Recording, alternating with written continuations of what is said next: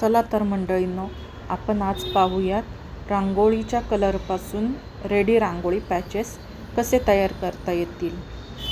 नमस्ते, मी प्रियांका। श्री क्रिएशनमध्ये आपल्या सर्वांचं स्वागत आहे। आपल्या या पेजवरती तुम्हाला डेली वेगवेगळ्या रांगोळीज किंवा वुलन मॅट रांगोळीज किंवा आरी वर्क किंवा फॅब्रिक पेंटिंग रिलेटेड व्हिडिओज आपल्याला या चॅनलवरती बघायला मिळतील। तर प्लीज सपोर्ट करा आणि आपल्या या चॅनलला सबस्क्राईब करून बेल आयकॉनवर प्रेस करा।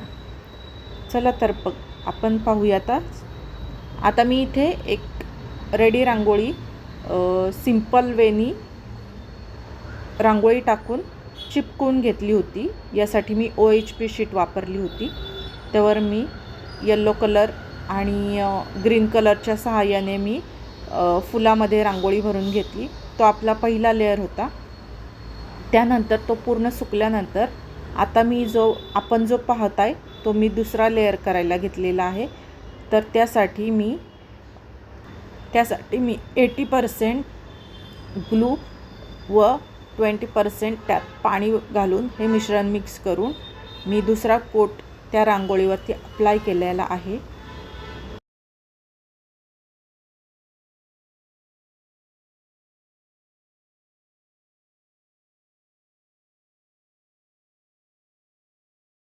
आता हा फेविकॉलचा आपला देऊन झालेला आहे।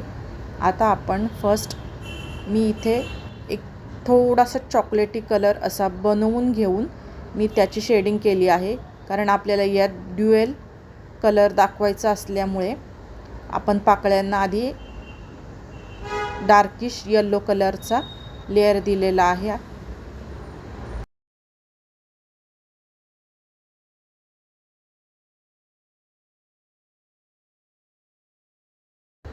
आता त्याच गमवरती आपण इथे फेंट येलो कलर दिलेला आहे, जेणेकरून बाकीचे पूर्ण पाकळ्या आपल्या भरल्या जातील।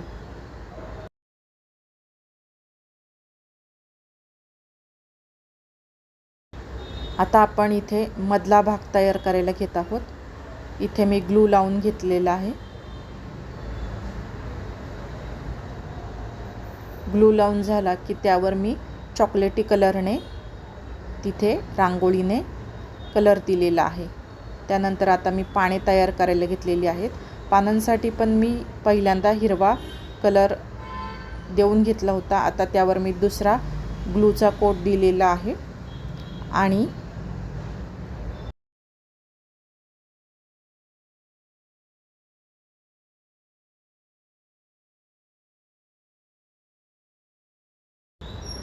आता इथे मी दांड्यासाठी मी डार्क ग्रीन कलर वापरला आहे व पानांसाठी पण मी 3 ते 4 शेड यात वापरले आहेत। पानांमध्ये ग्रीन कलरच्या डार्क ग्रीन, त्यापेक्षा थोडासा फेंट आणि त्यापेक्षा थोडासा फेंट असे 3-4 कलर मिक्स करून मी इथे पानांना रांगोळीने कलर केलेला आहे।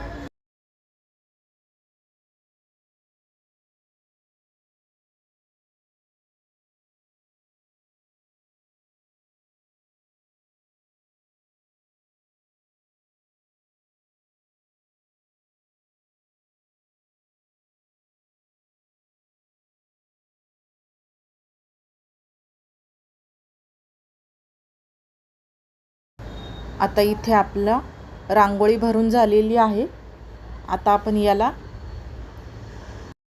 कलरने आउटलाइन करणार आहोत। यासाठी मी ब्लॅक कलर घेतला आहे व पानांना शेडिंग करत आहे।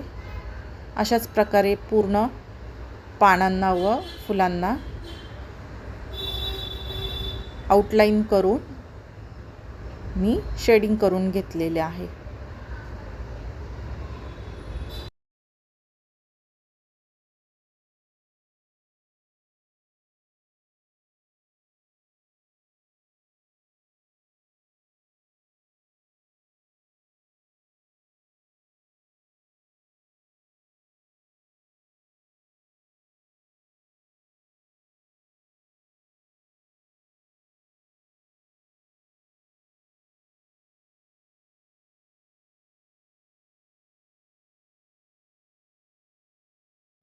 तुम्हाला ही रेडी रांगोळी पॅच बनवणे आवडले का नक्की सांगा कमेंट करून आणि आपल्या चॅनलला सबस्क्राईब करा.